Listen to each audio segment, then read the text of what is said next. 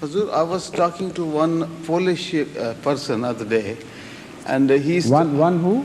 Polish. Uh, Sorry. Come closer, please. Yes.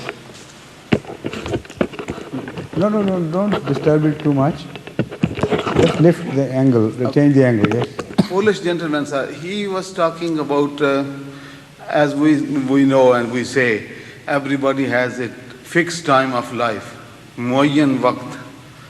He was saying in Western society, people live longer, and if somebody comes from East and he stays in Western society and adopts Western culture, he is automatically 10 to 15 years, he lives longer, 10 to 15 years on average.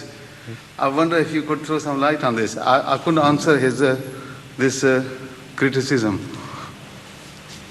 I have already spoken on this before, that all these doubts arise from a misconception of the concept of fate or decree of Allah. And I explained at some length that the decree of Allah or the fate, they are a very complex affair, and they are divided into various departments, and they have various regions applicable to various situations. In this regard, I explained that Allah has a general decree that whoever shows respect to His laws would gain from that respect. He would be a beneficiary, because if He had not so decreed, then those who disregarded His laws would fare as well as those who paid regard to those and paid respect to those laws. So it would be a very, unimbalanced state of affair then. It's not like Andher Nagri, where everything is sold at the same price. So Allah's decrees should be understood. And that general decree is overriding all these situations. When He has declared that those who would pay respect to His natural laws, they would definitely benefit from that, we must observe some benefit flowing from that. Otherwise, this is a wrong claim. And if He had not established this authority in the laws of nature, His authorities in the law of spiritual world and the law of morality and things would not be established either. Because people would draw this lesson from nature, that whoever pays respect to the laws of nature fares as well as the one who has disrespect for the laws of nature, who contravenes them. Doesn't make any difference. So why should it produce any difference in the world of religion, in the world of morality and so on? So this is the general scheme which should be understood. And under that scheme, this is decreed that apart from other things, there are so many other factors which are playing their part in determining the lifespan of each individual. But this is also a factor fed into that computer. So those people who are running along the nature, not opposing it, against it, they must show some benefit, some advantage over the others. And this is what the illustration which we have made exactly proves this point. And this is a decree which cannot be changed. This is a general decree. But apart from that, there are other minor factors, minute factors which enter into people's fate, and also into individuals' fate. Now they are breaking some other laws while they are following certain laws, and they are punished for those laws despite the fact they are much better off worldly wise. And those factors are now tending to reduce the span of life, or at least to make life miserable for them in that direction. And the poor countries are better off in that way.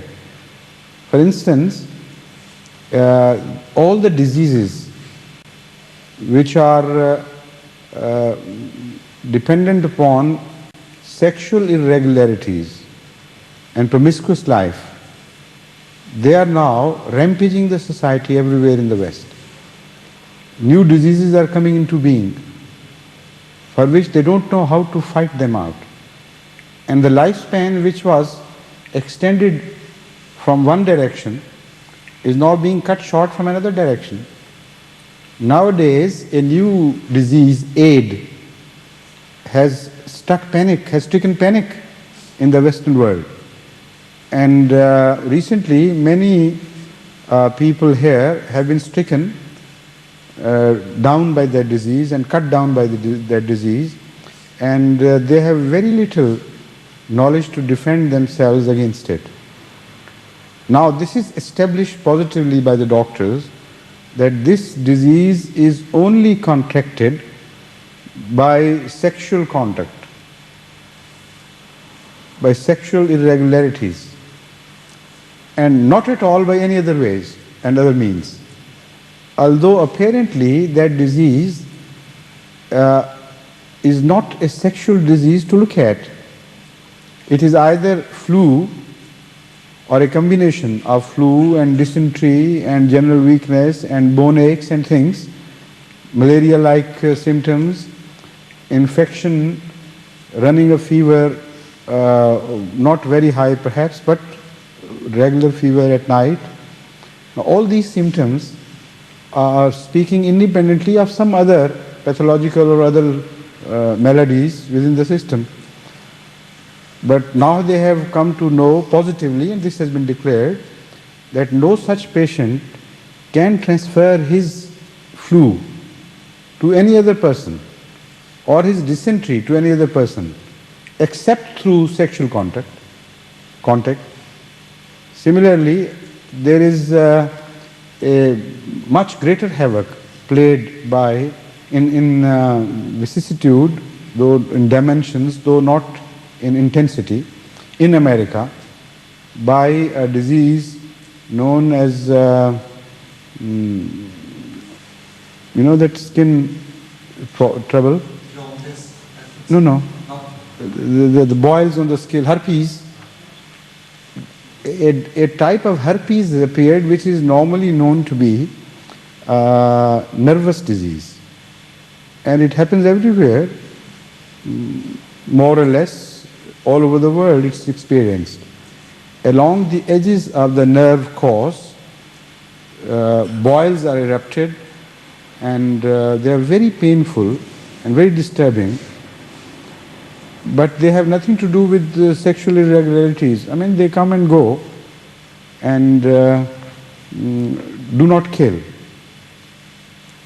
But this herpes, which have been discovered during the last, which has come to the notice during the last few years, is a direct result of sexual irregularities. I mean, disregard of the laws of Sharia and laws of religion, and promiscuous contacts with each other. The result is that this is one of the most painful and torturing disease known to the Western world. This has symptoms just like herpes, but much more intensified. And the person who has such intense feeling of burning whenever it appears, wherever it appears, that he seems like being roasted in hell. Now, this disease does not leave him. It comes and goes, but once it attacks, it is for life. It would reappear here and in various situations. The moment he's off his guards and the defense system is lowered, the disease would appear, or for any other reason they don't know. But this goes and lives permanently in the nervous system and comes and goes. But the attack is so severe that it is intolerable. And do you know the magnitude of this disease and the size of this disease? I read this paper in a scientific magazine about a year ago, and at that time it declared that 30% of the American population is suffering now from this disease. And the sexual pleasure has become a torture and a horror. And nobody knows where he will contract and when he will contract this disease. And till that time, the scientists had discovered no remedy for this.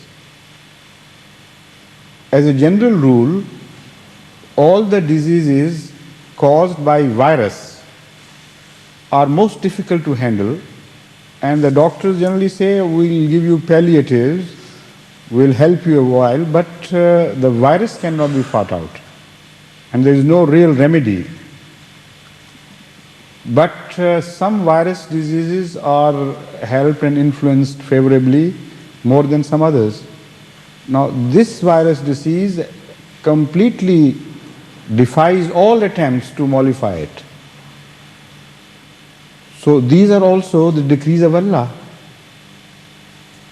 Allah knew that in certain ages people become promiscuous and they have total disregard to the laws of nature. They think that they would snatch the pleasures from the hands of God, whether He wills it or not. And for a while they think they have won, they have run away with it. But then the decree strikes, and there they are left with just the punishment, and the whole object and purpose of that provision of sexual pleasure is lost, totally lost, and becomes a destructive process. And that also cuts short the span of their life. So these things are going on and working from all directions. Then the heart troubles increase, despite the fact that the knowledge to cure them also increases. So the cancer incidence goes on rising, despite the fact that the fight is also going on. But in some directions they are gaining grounds, in some others they are losing, and they are being now surrounded by a higher decree which they cannot fight out. So nothing to boast about, this longest span of life. This is also a part of the decree of Allah. Where they cooperate with nature, they would definitely gain. And where they are not cooperating, they will suffer for it. Now this is fate. This should be understood as such. This is a generalized fate. But there is also individual fates. There are individual fates, and they are also determined by very subtle and intricate laws. But this is no time to describe everything all over again. But I think this is quite enough. Huh? Thank you. Any other question? I have few questions, sir, but I don't know if somebody else wants. No, I think they are all exhausted and tired. So go ahead. In that case, sir, if you don't mind, I may suggest keep on. That we should give you the entire session? On Saturdays, I don't mind, yeah. Yes? Fridays, you can have something else. Suits me better, sir. Very good. Very interesting. Please go on. Yes. This question, sir, in the Holy Quran, in Surah Kaf, Allah Ta'ala has said, وَلَقَدْ صَرَفْنَا فِي هَذَا الْقُرْآنِ لِلنَّاسِ مِنْ كُلَّ مَثَلٍ Min kulle masal. مِنْ كُلِّ مَثَلٍ. Then we see in the Surah Baqarah, وَالَّذِينَ يُؤْمِنُونَ بِمَا أُنزِلَ إِلَيْكَ وَمَا أُنزِلَ مِنْ قَبْلِكَ وَبِالْآخِرَةِ هُمْ يُوقِنُونَ. Why is it important to believe in other books, sir, when we have up-to-date book in the way of Holy Quran, which can give us everything, Yes, all it's the a very, guidance? very good, very interesting question. Jazakumullah. The fact is that universality of God is a highly important aspect of our belief in God. If you do not believe in the universality of God, then you will be left only with the God of Israel and the God of Hindus and God of Zoroaster and so on and so forth. Islam is the only religion which claims to be a world religion for the entire world, for the whole mankind. It addresses every people and every religion. If Islam had not recognized the fundamental principle that Allah reveals Himself and has been revealing Himself to all the peoples on earth at various times in all the ages, then this versatility concept could not be established. And Muslims would have thought that they are the only monopolizers of truth, and all other religions have been tarrying in darkness and were never shown any light from God. So it was made incumbent upon every Muslim to believe in the fundamental truth that Allah has never ignored His creation anywhere in the world and in any age. And He has been revealing Himself to all the people alike. It is they who have been wrongdoers and unjust to themselves, not Allah who discarded them. So this is a highly important principle for us to become a universal religion and to establish a God which should be acceptable to every man on earth. So it's very important.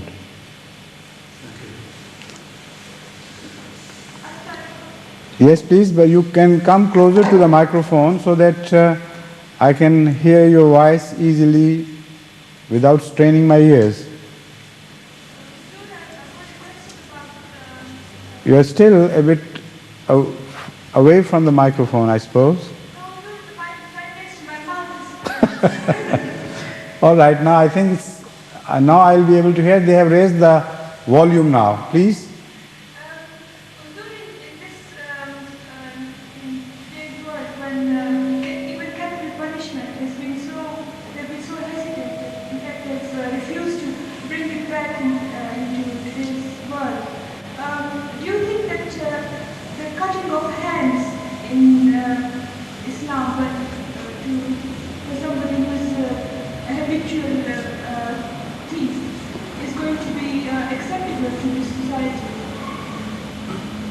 Do you think that imprisonment, the punishment of imprisonment, has proved to be an effective deterrent against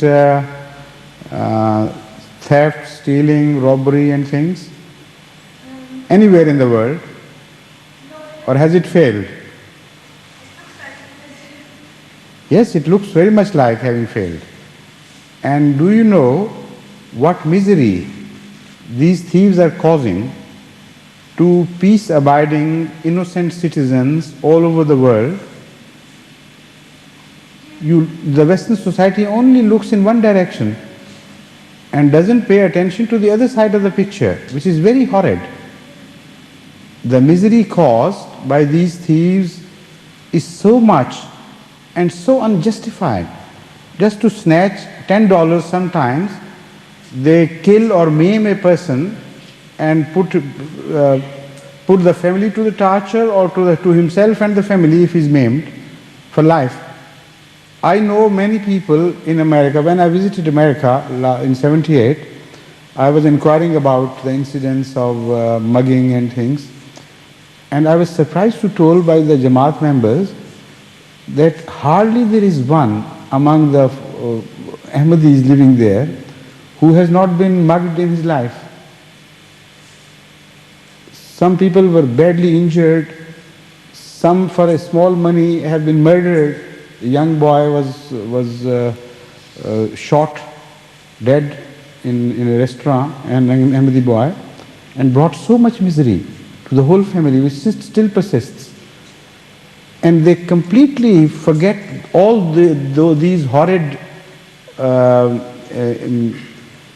incidents and the immense torture this stealing is causing to the entire society of the world, and look back only at one or two possible thieves who are caught and whose hands are severed.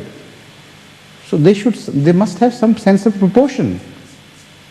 And in defending Islam, you must also point out the other side of the picture and say, weigh them in the scales of your minds, and if you have any sense of justice, then decide for yourself which is better, to root out the society of this evil or to have pity on thieves.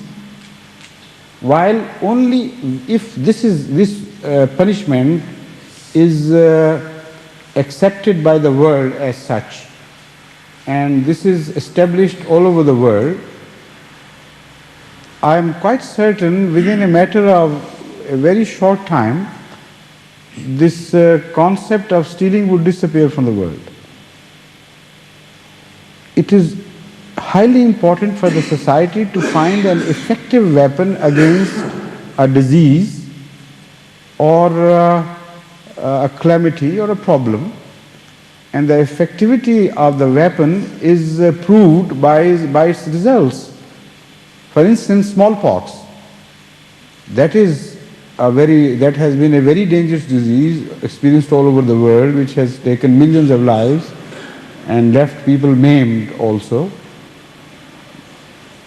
So they took up a cudgel against smallpox and found an effective weapon. The proof? The smallpox has disappeared. So why do you call it a weapon when it doesn't work? You go on giving injections or treating them in some ways, and the disease continues to persist. This is no remedy. So all your remedies have failed because you have rejected the only remedy which was to be effective as provided by Islam. So try that and then you will see the result. And as you have experienced yourself, that when you have wisely and purposefully attacked a disease with correct, rightful weapons, the disease has been wiped out. So this disease, which is torturing the human society for too long now, this will be wiped out if you follow Islam instead of censuring it or criticizing it unduly.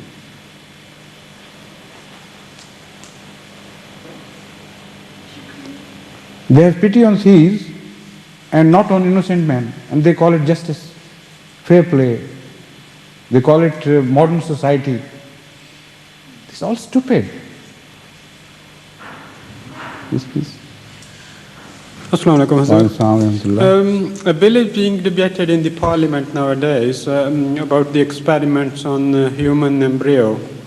Well, what they want to do is, it's a private member's bill who wants it to be banned. But the government, the minister, he probably thinks that that would be a very harmful thing to do, to stop all the research on human embryo. What does, looking at man, we might come to a stage, the scientists, they might come to a stage where they think that they got the power over, creating life or something. Man is always a weak person. So what does the religion Islam say? I know what you want to know, but I find this situation very interesting. It's a big joke which is going on, and instead of laughing at it, you are taking it so seriously. Now, what they have done to the human embryo in their society, which is so permissible, what is happening, what havoc they are playing with the women and with the sanctity of legal birth and all that. Everything has gone to pieces, and now they are discussing addressing themselves very seriously to the question of the sanctity of embryo and all this nonsense. They have no right to discuss these things. They have gone too far. It's all stupid. Is that the only morality they find worthy of discussion? While all other norms of morality have been trampled down under their feet, they have broken to pieces. They know no religious limitations. And now when the question of artificial or surrogate childbirth comes to their attention, they take it so seriously. What laws of morality are involved in all this and all that? Please.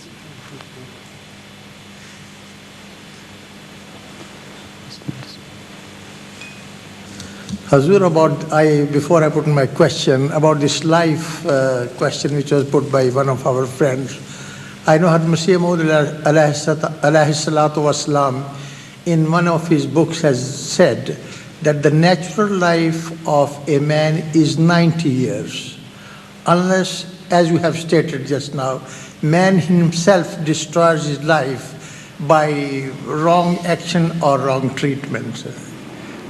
Now the question is about Prophet Noah, peace be on his ark, sir. Hazrat Nuh alayhi salam was, this incident took place in Canaan, as far as I can see from the books. There are two things mentioned in our books, that his boat, number one, went and stopped in Armenia. But I have read somewhere else by Hazrat Muslim Raziyallahu Ta'ala Anhu that it went and stopped at the Jordanian port of Elliot. Which is, what is the correct position, whatever is known, sir? Yes, Judi is the word used by the Holy Quran, al-Judiyya. Yes, sir. And this has been the subject of discussion for some time. But I think through a process of associations, you have shifted your attention from one question to another and entirely ended up into a different room altogether. By following opening doors from here and there, you started with the question of age and ended up at which mountain the was the one on which that embarked, Hazrat Noah embarked. No, actually, first was only on Disembarked, I mean, yes. and second one Yes. was the questions about Hazrat Noah alayhi salam's ark. Started from Canaan and I said, okay, yes. Now let's attend the first question first. As far as the age of Noah is concerned, the Bible has put it to about 1,000 years. And the Holy Quran mentions it to be exactly 950 years. Now this is very interesting. Why should the Holy Quran say that? While the ark on which he was traveling, that took place quite late in his life, and after that his life is not very well known either through the accounts of the Bible or through other historical accounts. He seems to have disappeared totally, and we seem to have lost track of his life after the landing of the ark. The Holy Quran also throws some very interesting light on this subject through implication and makes itself clear why it said Noah's life was 950 years. Why should it have mentioned?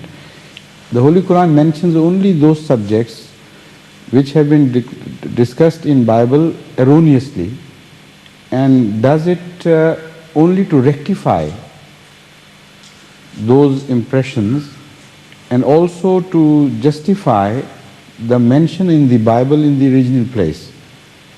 How it happens, I'll explain, otherwise it's rather intricate for you to understand. Now the Holy Quran wants to establish two things. Number one, the Bible in its original purity was right and it was a word of God. It does not deny that fact. Also it wants to rectify some wrong impressions created by the statements of the Bible. So it takes up those statements in a manner as to make people understand what the true meaning was, and then clarifies itself on that subject, and then now you see the picture of the original Bible through the eyes of the Holy Quran, through the peephole of the Holy Quran. And then you understand what originally God must have said and how it was misunderstood and misconstrued by the people following Bible. So this is one of the instances where this has happened. In another verse, the Holy Quran tells us that Hazrat Ibrahim alayhi salatu wasalam was min shiyat Nuh, was on the religion of Hazrat Noah, on the Sharia of Hazrat Noah. And in other places, it presents Hazrat Ibrahim alayhi salatu wasalam a prophet, independent prophet of his own book. Suhuf Ibrahim wa Musa. He is bracketed with Moses, a lawbringer prophet. And both these books are called Suhuf, Suhuf Ibrahim or Musa, and these two are bracketed with the Holy Quran, which shows positively that according to Allah, Abraham is to be treated as a law-bringer prophet, and his books are to be treated in that regard at par with the Bible, with Torah and with the Holy Quran. So is there any contradiction between these two statements? That he is a follower of the Sharia of Noah and he has his own Sharia? Now referring back to the age, this question is immediately solved and the whole enigma is cleared. The fact is that the age here means the age of his Sharia. That is what the Bible wanted to establish, that the age of Noah's book or Sharia was one of the longest ones. Not the longest, but one of the longest ones. And it lasted for about 1,000 years.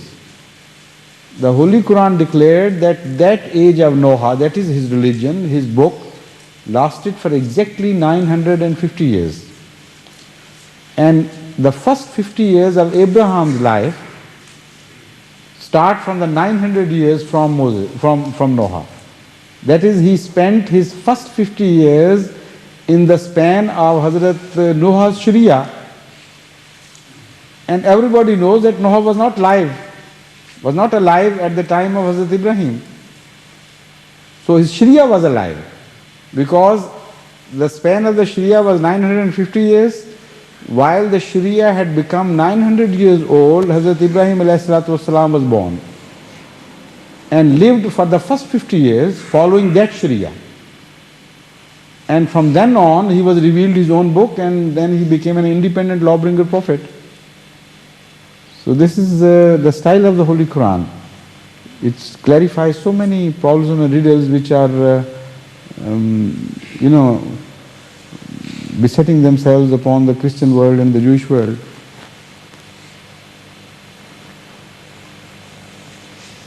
Yes, please, any other question? Yes? Or shall I call Mr. Bashir Hayat to fill in the blanks, or fill the gap, as you say? Hazur, this is a widely held belief in Muslims that if non-Muslims does something good, the God does not reward them because they are non. Who says that? Ghairandis, I think. Pardon? Non-Muslims. Muslims say that. But the Holy Quran doesn't say that. You don't say that, do you? No, we don't. Then what's the question? I was thinking, what is the philosophy behind it to say such a thing?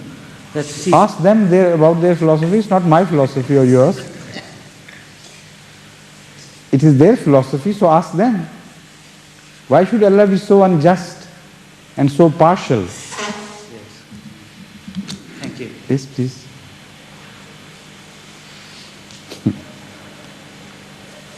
Yes, Akram, please. Sir, in Surah Al-Fatah, in verse 24, Allah proclaims, Sunnatullahi allati qad khalat min qablu walan tajida li sunnatillahi tabdila. Such has ever been the way of Allah, yes, and thou shalt never find any change in the way of Allah. Now, prior to this verse, the Quran states that for believers there is victory and for disbelievers defeat. And the implication is that perhaps this verse applies for this phenomenon only. That is correct. In other words, Allah can, if He wishes, change His ways. If He wishes, He can change His established laws for other. Except for the Sunnah. Except for the, yes. Of course, He can. And for that there is also a system of laws governing this thing. It's not a haphazard approach at all in the nature by Allah. Some laws belong to a low strata, some to a higher strata. And the higher strata laws come into operation at some times and put the laws belonging to the lower strata inoperative, put them in off operation. Yes.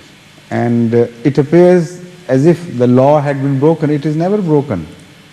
It is being subjugated by a higher force of another law. But this is a different type of law.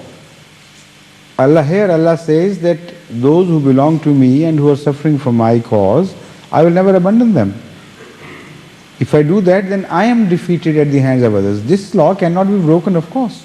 Yes. Well, what about other general laws, other established laws of God? For example, miracles. For instance, this is a general law that those whom Allah loves, Allah does not want to see them in pain. This is natural. He rewards them more amply than others. Yet we understand that many a prophet has suffered extremely, deeply and intensely in their lives. So apparently this law is contradicted. Allah loves them and wants to see them in comfort. But for some other higher causes, some other laws which come into operation here, for the establishment of the truth, for the ultimate victory, and for the conviction of the people, that even such a man who is so weak and so humble and so defenseless, as any Tom, Dick and Harry come and perpetrate cruelties upon him, comes out victorious in the end. This is also a law that the truth should be established and the people should be convinced. Now this is more important in the eyes of Allah than just a tender care and love which is more sentimental. And for that He gives courage and strength to His prophets and rewards them much more afterwards. So these are, this is just a small illustration, but these things happen in everyday life, in every human experience here and there, where ordinary laws are broken apparently, but they are not broken. Some other laws take the operation into their own hands, and the lower order laws seem to go into lack of operation. The other, relating to the same surah, I've used this surah when speaking to other people to say that God always has a law of nature, which He has established the law of nature and He keeps to it Himself. And I have, the implication is that no, this surah is only for this matter. It doesn't comprehend. No, the fact is that you can never comprehend the entire scheme of Allah. It's impossible. Yet you comprehend a few things here and there and begin to form a picture in your own minds. And if that picture is large enough and fair enough to satisfy your own internal universe and fits into order, it's quite enough for you. But that doesn't mean that you understand the laws working behind the entire outer universe or macrocosm of God. So it's enough for everybody to make a concept which does not conflict with his own inner universe of mind and heart and sentiments and things. So as far as these laws are concerned, now you are turning yourself outward and you are observing things around you, and you begin to see things which apparently contradict with some statement of the Holy Quran. This is exactly the situation now. Now you won't feel yourself in peace unless there is a harmony between your concept of the Holy Quran and the existing world outside. So it's very important for everyone to understand these fundamental principles, so that whenever such situations agitate their minds, they know the answer in principle. Now the answer in principle is this, that the laws of nature are never broken. No law of nature is ever broken by God. And in this sense, Sunnatullah is observed, applicable in every way, in every direction, on every single iota of things.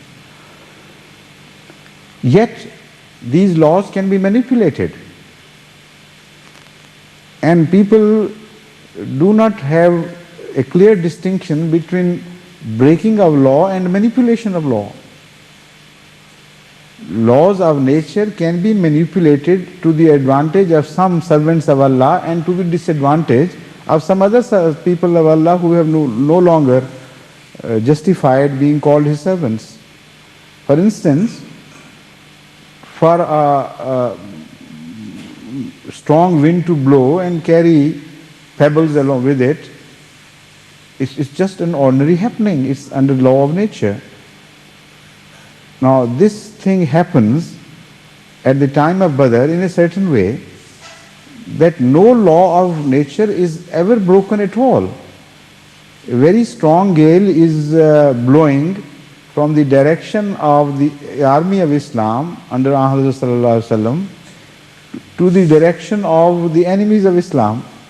Now where do you see a law broken? Nowhere. Allah was not in the need of breaking any law. Everything about that battle appears natural. But all the natural laws are turned into the favor of the Islamic army and against the enemies. And in such detail that the Holy Quran gives the picture, it's so beautiful, so interesting, that Allah did not leave a single detail out. Even Allah looked into the psychological situation and gave it a turn to the advantage of the Muslims. And this is declared in the Holy Quran that we psychologically, because the enemy was very powerful and apparently the Muslims were so small in number, so psychologically Allah created that confidence in the army of the enemy and exaggerated that confidence in them psychologically so much that they were expecting the Muslims to be a very soft nut to crack. And when it proved much harder, that psychological shock went against them. And Allah created that psychological impression among the Muslims in a different way. Instead of considering them, viewing them to be a very large army, they thought just a few ordinary people, we are going to handle them all right. So Allah gave them confidence in a very different way. And that confidence was helpful in their favor. And now that confidence was not based on a misconception because they knew the number all right. But instead of being overawed and subdued, they had that confidence and that helped them girdle up and stand up to the size of the enemy and fight the battle with a determination. Now this determination factor is also a psychological factor. It is not a misconception. Determination is a very different psychological phenomena. If you see a weight lying somewhere, for instance, if this table is made of solid lead and you know the measurement of that lead and you know how heavy it would be, and then you feel confidence that yes, I can do it, that would give you determination and strength. If it is a table of lead and you consider it to be a table of a simple ordinary wood, and you also have a confidence, it is just nothing, I can always kick it out. You try to kick it and you will only break your ankle. Because the force you applied and the way you applied it got a very strong opposite shock because your measurement was wrong. So both were in confidence, but in a very different way. The psychological impressions created in the minds of the Muslims were that this army is big enough, we know that. They are very strong apparently. But we are also much stronger because of the help from God, and so we don't care a hoot for them. We'll handle them all right. And they were determined, more and more determination was gathered within them, and it reached a point where it started flowing from the threshold.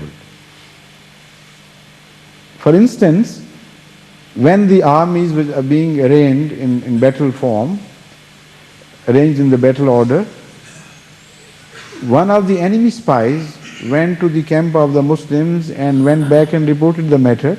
And you know what he said? He said, "This day you are being defeated and routed." So they said, "Why? What have you seen?" He said, "Well, I have seen 313 odd numbers.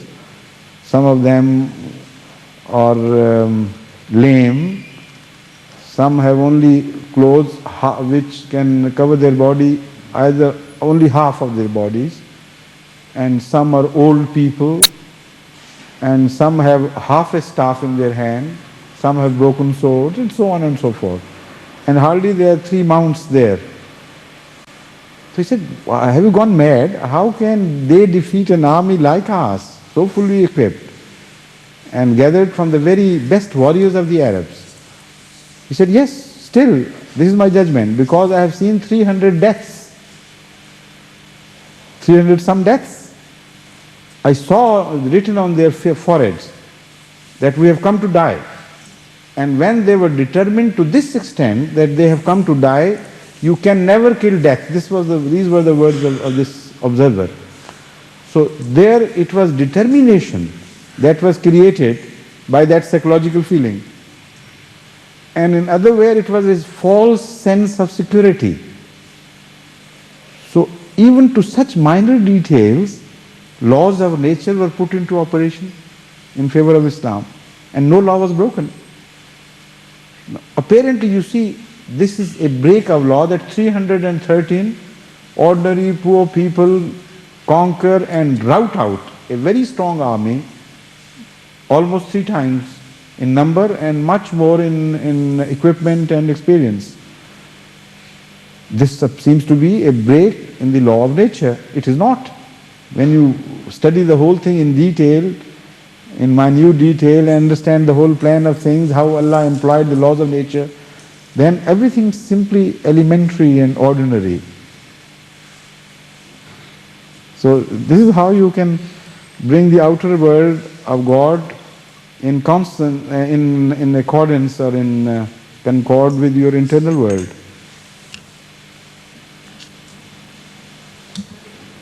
Sam? Just a moment, please. Now, this system is so delicately poised that if you raise the voice level beyond a certain limit, it immediately becomes shrieks and squeaks. And if you lower it down, then you can't hear the voice of the person who is speaking. Now I think you can try. Mr. Akil Mia thinks the balance is set now. Try your luck. Yes, this is correct, yes. During the time of Hajj, there is a tradition which is followed, it's called Rami, or the stoning of the Satan. What is the idea behind it? Well, this is a difficult question you have asked. I was tempted to answer this question here once or twice before. This is, I think, this can be interpreted in different ways. It may be just a symbol, a symbolic fight between man and the forces of evil. And when in that psychological atmosphere which is created during the Hajj of piety and awe of Allah and all that, you strike a symbol of Satan, then perhaps you are more determined and resolved within you to fight it out when really the Satan attacks you, that is spiritually and morally. So at best I think this could be understood as that. Now moreover, I have a feeling that there may be some other significance behind this.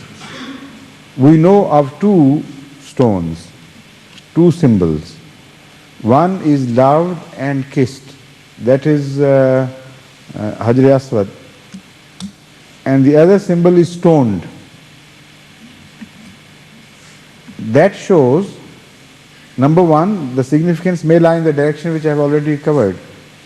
And number two, it is just possible, as I have mentioned earlier, that stone Hajar Aswad might have been the remnant of those days when Allah showered some meteorites from the heaven, and those meteorites were used for the construction of the first house of worship for Allah.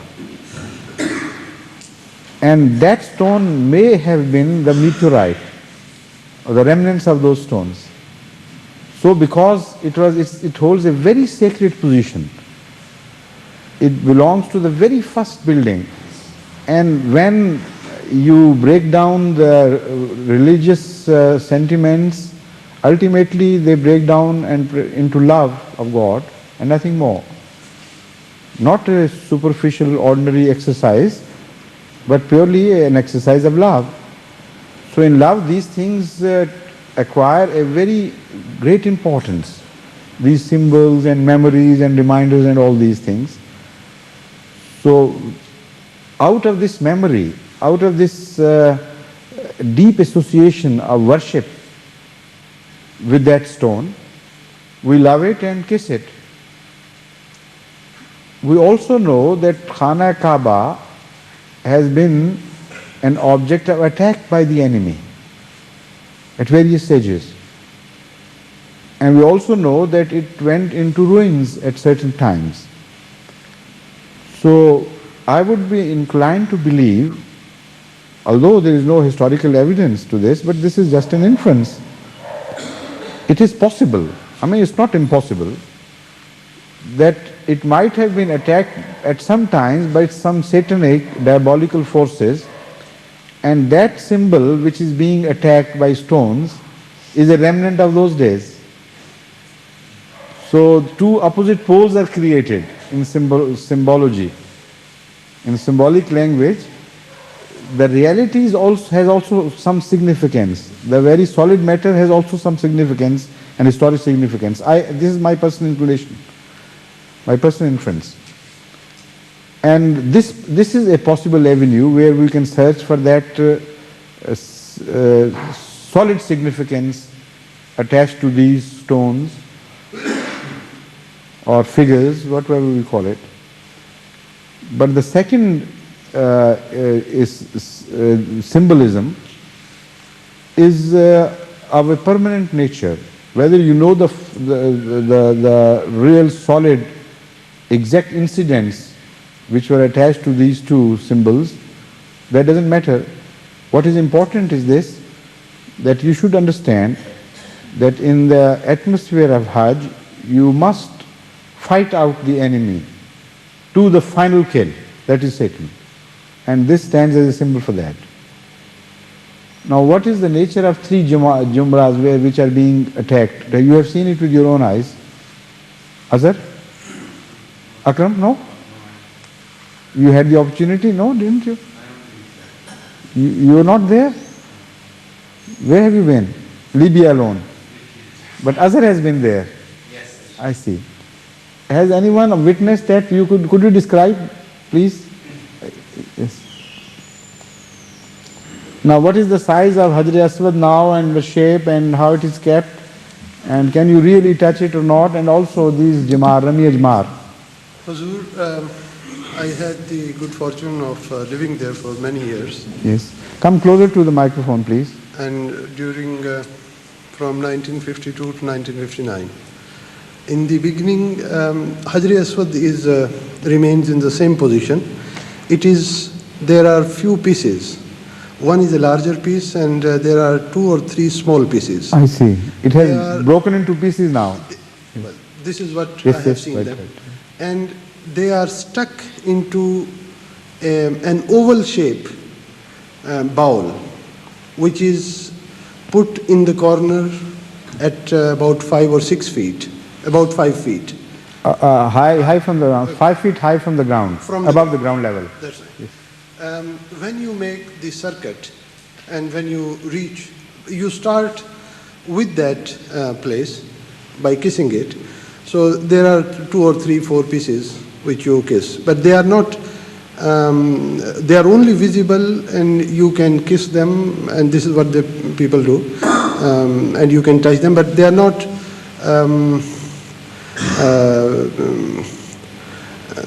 You can't just take them out because, or you Naturally, you won't be permitted to do that yeah, anyway. but I mean, there is. I mean, you physically, even if you want to, you won't be able to do that. Yeah, that's right. Yes, Because there is a story that, or there is a saying that about 50 years ago there was an attempt, and they were taken out of that small bowl. I see. And they were taken to Afghanistan, something like that, and they were recovered from there. And When did it happen? about 50 years ago. About 50 years ago. I mean, It this has is to what be I heard there. verified and I think investigated, because then the authenticity of the stones is no longer Well, it is quite You know, possible, but this is, I so think, a very authentic dependable story anymore than- which I heard over Yes, there. please. And possibly it is mentioned in certain books or writings also. As far as the Jumrats are concerned, there are 3 Jumrats. They are in a What is the shape and form of each Jumra there and are the size? three different Jumrats. One is simply a what can I say? A statute-like thing. No, the definite form of a statue made of stone? No, sir. No. It is Pillar-like. earth, something like that. Pillar kind of thing. 5 feet or 6 feet pillar. There is one which is Like about, missiles? about 5 feet and about 2 About 2 feet 5 diameter. feet, 5 feet high 5 feet height. and That's right. 2 feet About 2 feet broad in diameter. Diameter. That's quite a huge thing. Something like that. That's right. Sir. Yes. And that is enclosed in about altogether. And so about they 6 appear to feet. be pieces of pillars made in stone. They are not made of stone. They are just simply earthen pillars. Earthen pillars? Earthen pillars. Yes. No, it's impossible for the other pillars to last that long. They are not. They are. No, concrete was not invented at that time, not known to people. That is why Hazur, those 2 particular pillars were earthen pillars, and they are being kept reinforced. They are not meant to be everlasting. They were not there for all times. No, They have if they are reinforced, you mean they are covered with some other No, sir. material or Just what? earthen, ordinary things. And How do you know they are earthen? Because earthen pillars Because I have cannot touched stand the pressure of stones or only even one Hajj. They can't last one Hajj. I don't know. They will be totally But they were quite earthen. pulverized into dust.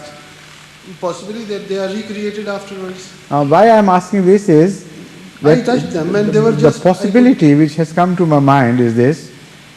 Either I thought they were some weapons of the enemy, like huge missile stones, things, or perhaps when the idolaters captured Khana Kaaba at some earlier time, they might have turned it into a place of worship of idols and vain gods, imaginary gods. No, these might be the remnants of those days. Remnants of the building of Khana Kaaba when it was captured by the enemies and turned into a place of idol worship. So this stoning would indicate that we would fight out shirk, that is idolatry, against the unity of God. It is. I mean, this is possible. Now, if they are pillar-like things, we know that most temples are built on pillars and they play a very important role. Yes, And they might be a reminder of such days when earlier Khana Kaaba was attacked. We know this at the time of Ahmad Sallallahu Alaihi Wasallam. It had already, before the time of Ahmad Sallallahu Alaihi Wasallam, it had already been turned into a place of idol worship. So why not earlier? Even before the time of Hazrat Ibrahim alayhi salatu wasalam, this might have happened, and maybe it was because that it turned into ruin, not the Khana Kaaba, but that place of worship. But I observed them absolutely in an ordinary sense, and I touched them and I could feel the earth on my fingers also. And there were two of them. Oh, yes. They were enclosed in about 6 feet diameter round circle, as though a tree is planted in a place, and right in the middle of the street. And the second one was a little larger, and the third Jumrat. The second was even larger. The second one was a little larger. How much? I mean, 2.5 feet in diameter. The size, it might be about 7 feet or something. A High. little larger. Tall, Yes. I see. But not in.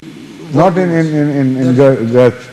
The Yes. third Jumrat was really a mountain, a small hillock. I see. Exactly like we can see this thing, and they used to throw stone thing? on that microphone or something like that. What? That speaker, sir. I see. I mean, there was nothing to indicate that this was a Jumarat. It was clearly No, hillock. was it a heap of stones? No, sir. Which It was had a hillock. which had been thrown on that Jumra, formed into a No, sort sir. of. Just simply a hillock. And on three How big the hillock was? It was about, I should say, it was about 30-40 feet high. 30-40 feet high. 30 to 40 feet high. Yes, sir. And how broad? It was just quite broad, but you could not encircle it. I used to sleep on it during our Hajj days. On that Jumra? Yeah, on that Jumrah. I hope they didn't stone you in that.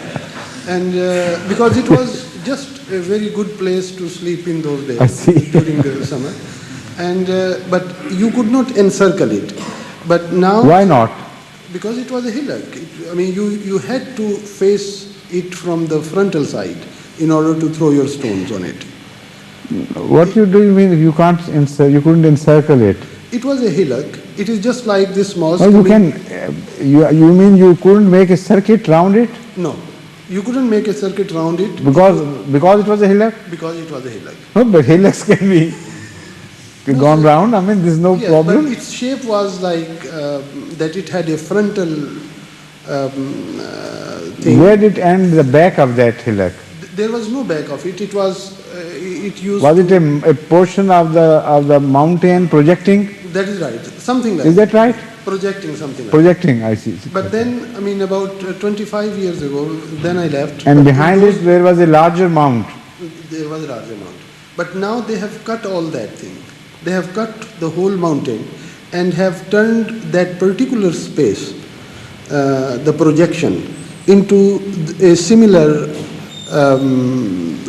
thing, which pillar, Yes, right. to make it easy. They have in fact cut all the mountains around. So to make it that easy shows for the- that place might have got some significance somewhere. I mean that place, that mountain must have been the site of some evil happening.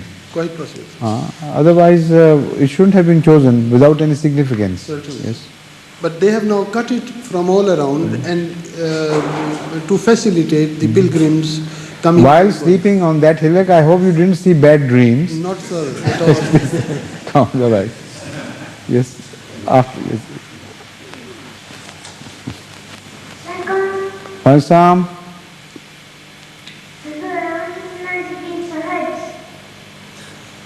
Pan? Could you kindly repeat your question? No, not yet. I hope, inshallah, in future I'll go there. I love to be there, but so far I didn't have any possibility to visit Khana Kaaba.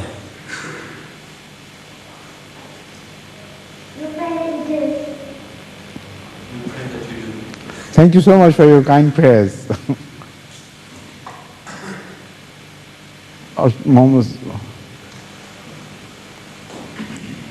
Azur, which those Saturn in which Mr. has described before. In 1982, which I saw them 1982, they are quite different shapes. There were three, in between them about 200 yards. There was, I see. One is there. There was a distance of about 200 yards between one each. is there, and then about 200 yards, another one, and about 50 yards. From there. One big one is about... and they were set in one single line or... no, sir, they made a triangle. They were Mukhruti shakal, they come like that, and that was big one. That was about not more than 10 feet, I should say. That big Saturn. And it's made of mud. And mud? Mud, yes, just ordinary mud. I see. Because when they throw these shoes and stones on them, and then they come into make them the sizes, then they make them rebuild themselves. They are only symbolic.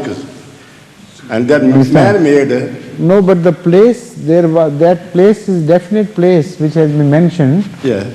And this is, he says, it has a historic significance. So it is possible that the original Jumras were being gradually worn off. So to protect them and keep them intact, they started putting mud plaster around it. Right. That's just possible. And but we should find out more about it from the Arabs themselves. No fair, they are encircled with some boundary, and the Haji, they all around, they throw their stones down from all around. It's not from one place now, but I have seen in 1982, from all around the public, they throw stones on them, and then shoes, and then stones. And hope the stones don't cross over and the people are not... The stones, they are very small stones, because we pick up from there, and very the small. Shoes are not those of children, I hope. I understand. Some shoes are quite large size, like the shoes of Mr. Sai. Where is he? Yes. But they're quite big circles, sir, because if you go... Yeah.